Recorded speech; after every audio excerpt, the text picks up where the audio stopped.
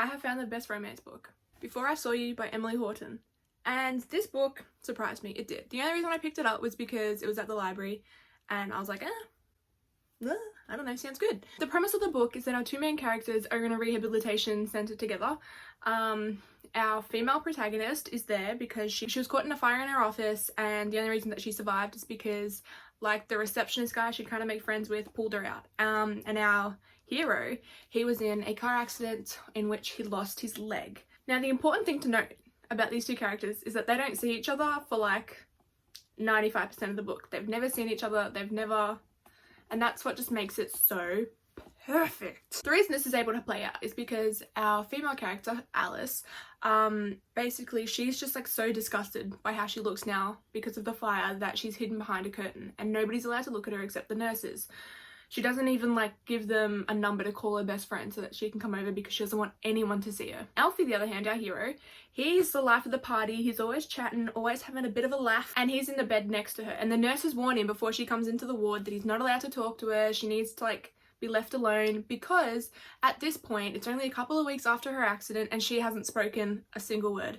Basically, she woke up, looked down, saw that one of her hands was burnt, and she's just... And when she's transferred to this rehabilitation centre, she's still not speaking. She's not into it. So that's our premise of the book. I hope I summed that up appropriately. I don't know, blacking out. But another main character to note, well, there's three other like side characters we need to note in this situation. So we've got Alice and Alfie. Very cute, I know, they're double A's, whatever. We've got Nurse Angel, we've got Mr. Peterson, and we've got Sarah. I'll explain who they are later, don't pressure me. Mr. Peterson is a 94-year-old who's also in this rehabilitation centre, and Alfie's made friends with him and they, you know, they have a little banter. Mr. Peterson bullies Alfie, Alfie, you know, perseveres. And so when Alice comes onto the ward, Alfie and Mr. Peterson are friends and, you know, she sort of hears the banter between them, and then Alfie eventually ends up turning this banter towards Alice, trying to get her to talk and be more comfortable on the ward, despite being told by the nurses that he's not allowed to. In the beginning, once she starts talking, she only really speaks to like be mean to Alfie or to mock him or to sort of join in on the picking on him, because kind of the whole like running gag with the entire ward is that everyone just kind of bullies Alfie. Like in, you know, like a good light-hearted way, not like actual bullying. We don't condone that. This isn't a bully romance. But however, as the story progresses, the two start talking a little bit more, start, you know, interacting a little better, and because of the fact that Alice is behind the curtain and they can't see each other at night, they're often sharing, you know, their secrets, their troubles, their tribulations, their trauma. And then we get some really interesting conversations. For example, we find out the reason that Alice is so like cold-hearted and standoffish is because she actually had a twin brother who was born with a heart defect. And she was always brought up with her parents telling her that she needed to look out for her brother and make sure he wasn't going to do anything to put himself in harm's way. But one day, basically, he runs off and she's chasing after him and he jumps into the freezing ocean. And she pulls him out and he's like, oh, I'm sorry, whatever. And he basically begs her not to tell their parents because he doesn't want to get in trouble, he doesn't want to deal with it, whatever. Anyway, the following day he comes down with this really severe cold and Alice ends up confessing to the fact that he jumped in the ocean and she didn't tell anyone when it happened. However, at this point it's too late and homeboy... So she's carrying around this guilt because following this her father actually leaves the family and her mum basically just turns to like neglect and stops looking after her and very vocally blames Alice for the death of her brother. And so she's sort of carrying this around. She doesn't want to get close to anyone. She doesn't think that she can be loved, and she hasn't had a serious relationship in this point in her life. She's basically had like friends with benefits, convenient arrangements to make sure her needs are met, but she hasn't had a boyfriend, nothing like that. Alfie, on the other hand, he's carrying around this guilt because when he was in the car accident, he was in the car accident with two of his friends. And him and another friend were drunk, and then there was a designated driver who was sober, obviously. And Alfie was in the backseat, you know, dozing in and out of consciousness, as you do. And one time when he comes to, he sees his two friends arguing about music, and Alfie, being the little gem he is, joins in and distracts both the passenger and the driver, and basically this lorry truck comes in and hits them, and he has his guilt and puts his blame on himself because he thinks that if he hadn't been distracting the driver, they wouldn't have been in this mess and his two friends wouldn't be dead. He also mentions one point in the book that he really hates when people come and visit him, especially the family of his two friends, because he says, you know, I can see that they wish that they were mourning me instead, which is really intense and really deep. And they both bond over this in their late night discussions, and it's very cute. And for both of them, this is sort of the first time that they've ever shared these feelings with anybody else. Now, around halfway into the book, Alice's friend Sarah, who lives in Australia, comes her over, and she's like freaking out. She's like, Alice, why didn't you tell me that where you were? I had to find out through your work and all sorts of things, because if you remember, I just said before that Alice didn't want anyone coming to see her, anyone to visit her, because she was just so like disgusted with the way she looked, and she didn't want to have to look at anybody and see that disgust also there. So Sarah comes and she's staying the week. It's as long as she could get off, because she's just at a new job and she can't be just, you know, taking time off willy-nilly. So she's there for the week. And during this week, the doctor comes into the room and he basically says this to Alice, look, I know you haven't looked at yourself, I know you don't know what the damage is, and I can offer you a cosmetic procedure to help reduce the scarring. However, in order for me to do this, I need you to look at yourself so that you can see what you're actually looking like and what we're dealing with. And so she says to Sarah one morning, she's like, babe, today's the day, get a mirror, we're checking this shit out. And safe to say, it doesn't go well. Alice is just re-traumatized all over again. She tells Sarah that she wants to...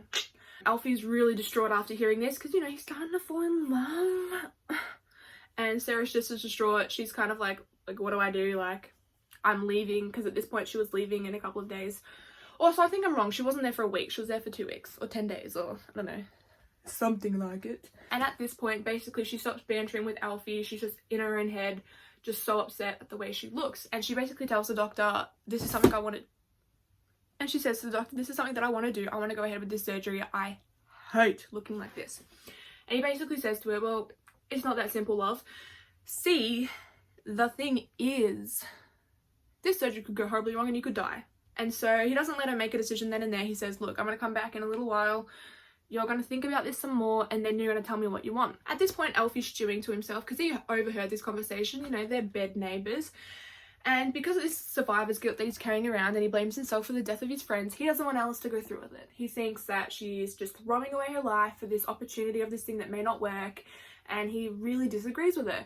However, he doesn't really vocalise this to her quite yet. He just stews over it in silence. And then another conflict of the book arises. Okay, so we have Mr. Peterson. You remember him. He's, you know, the 94-year-old man. Basically, one night when everything is dark on the ward, he flatlines and Alfie starts freaking out, and he wants to go over to Mr. Peterson to see what he can do, see if he can help say goodbye to his friend potentially, but he can't find his prosthetic leg. And so he starts like crying out to Alice and starts begging her to basically come help him, but she's in her bed paralyzed by fear because of, you know, the tense atmosphere of everyone in the ward worrying about Mr. Peterson, but also the fact that she doesn't want anyone to see the way she looks. And so ultimately she ends up doing nothing. She doesn't get out of her bed, she doesn't help Alfie. Alfie ends up finding his prosthetic leg and going over to Mr. Peterson, but ultimately the nurses tell him he can't do anything, they need to work. And he feels super betrayed by this, as you might, because, you know, he feels like she should have faced her fear and done it. You know, at this point he's like, I don't care what you look like. And he's just really hurt that she ultimately took away that opportunity from Alfie to say goodbye to Mr. Peterson because she was too scared about the way she looks. Back to the reason why I think this is the best romance to have ever exist ever. I just mentioned to you what the two conflicts were. The biggest one being Mr. Peterson, and the other one that Alice is just willing to throw away her life to have this cosmetic surgery, you know, coupled with like the individual traumas both of them have, which motivates their actions and blah. It's different to every other romance book I've had.